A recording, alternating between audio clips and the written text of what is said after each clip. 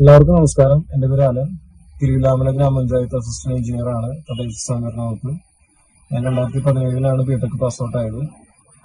അമ്മയുടെ ഓഫീസിലെ ഒരു സ്റ്റാഫ് വഴിയാണ് ഹോളിമാത അക്കാദമിയെ പറ്റി അറിയുന്നത്.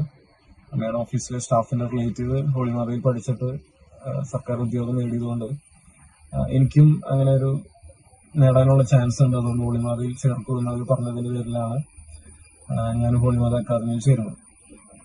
ഞാൻ ഹോളിമാത അക്കാദമി തുടങ്ങിയ സമയത്ത് ക്ലാസ്സുകൾ എല്ലാവരും അറ്റൻഡ് ചെയ്തിരുന്നില്ല. സ്വല്പം മത്സരയിലാണ് പോയിക്കൊണ്ടിരുന്നത്.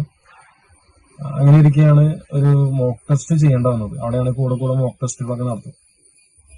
സാർ ഓരോരുത്തരുടെയും മാർക്കും അത് പെർഫോമൻസും അനുസരിച്ച് ഓരോരുത്തരോടും അഭിപ്രായങ്ങൾ പറഞ്ഞുകൊണ്ടിരിക്കുകയാണ്. ഓരോരുത്തരോട് ഇന്ന രീതിയിൽ പഠിക്കണം, അങ്ങനെയാണ് കൂടുതൽ മുന്നേറാം, കൂടുതൽ മാർക്ക് വാങ്ങാം, ഈ ഒരു ഭാഗത്തു നിന്ന് കൂടുതൽ ഫോക്കസ് ചെയ്യണം. എന്റെ കൂടെ എത്തിയപ്പോൾ എന്നോട് പറഞ്ഞത്, നിനക്ക് ഇതിന് മറുപടി ഇല്ല, അതാണ് ഇതിനുള്ള മറുപടി എന്ന് പറഞ്ഞു. എനിക്ക് 35 അറൗണ്ട് മാർക്കായിരുന്നു എനിക്ക് അന്ന് ലഭിച്ചത് 100.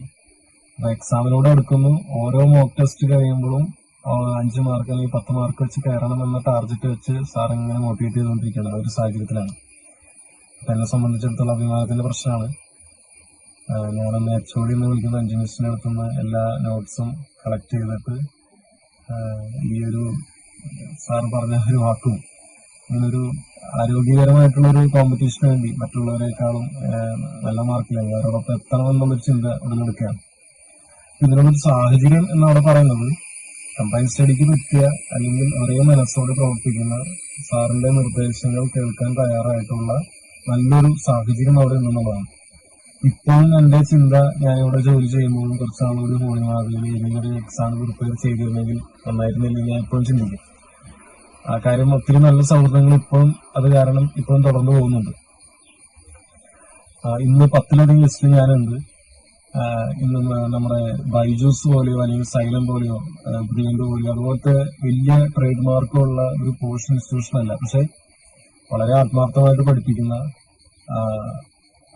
ഒരു സ്ഥാപനം. അവിടെ സമഗ്രമായിട്ടുള്ള കാര്യങ്ങൾ ചർച്ച ചെയ്യും. ജോലി നേടിക്കഴിഞ്ഞിട്ടുള്ള ബൈ ട്രാൻസ്ഫറുകൾ, എക്സാമിനെ പറ്റി, ഡിപ്പാർട്ട്മെന്റ് ടെസ്റ്റുകളെ പറ്റി, കൈക്കൂലി മേടിക്കാൻ പാടില്ല, എന്തുകൊണ്ട് മേടിക്കാൻ പാടില്ല, അതിലെ ധാർമ്മികത, ഇത്തരം കാര്യങ്ങളും കൂടി ചർച്ച ചെയ്യുന്ന വളരെ ആത്മാർത്ഥമായിട്ട് ഓരോരുത്തരോടും അവരുടെ കപ്പാസിറ്റി അനുസരിച്ചും അവരുടെ കുറവുകൾ എന്താണെന്നൊക്കെ മനസ്സിലാക്കിയും വ്യക്തിപരമായിട്ടുള്ള ഒരു മോട്ടിവേഷൻ നൽകാൻ കഴിയുന്ന ഒരു ട്രെയിനറാണ് ഷിൻഡോ സാർ. ഇപ്പോഴായാലും ജോലി സംബന്ധമായിട്ടുള്ള കാര്യങ്ങൾക്ക് നേരിട്ട് വിളിക്കാം. അദ്ദേഹത്തിന്റെ കുടുംബമായിട്ട് പോലും ഞാൻ പഠിച്ച പലർക്കും അവിടെ അടുപ്പം ഉണ്ട് എന്നുള്ളതാണ്. അതുകൊണ്ട് ഇന്ന് ജോലി നേടിയിരിക്കുന്ന ഒരവസ്ഥയിൽ എന്നെ സംബന്ധിച്ചിടത്തോളം ഒരു ഗവൺമെന്റ് ജോലി എന്ന് പറയുന്നതിന് ഒരു ഐഡന്റിറ്റിയാണ്. അത് ഗവൺമെന്റ് ജോലി ആയിരിക്കുമ്പോൾ ഒരു പ്രത്യേക അഭിമാനകരമായ ഒരു ഐഡന്റിറ്റിയാണ്. അങ്ങനെ ഒരു ഐഡന്റിറ്റി നേടിയെടുക്കാനായിട്ട് പ്രത്യേകം സഹായിച്ച ഒരു സ്ഥാപനമാണ് ഹോളിമാത.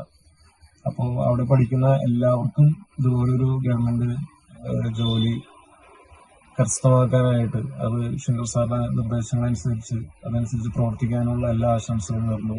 Thank you.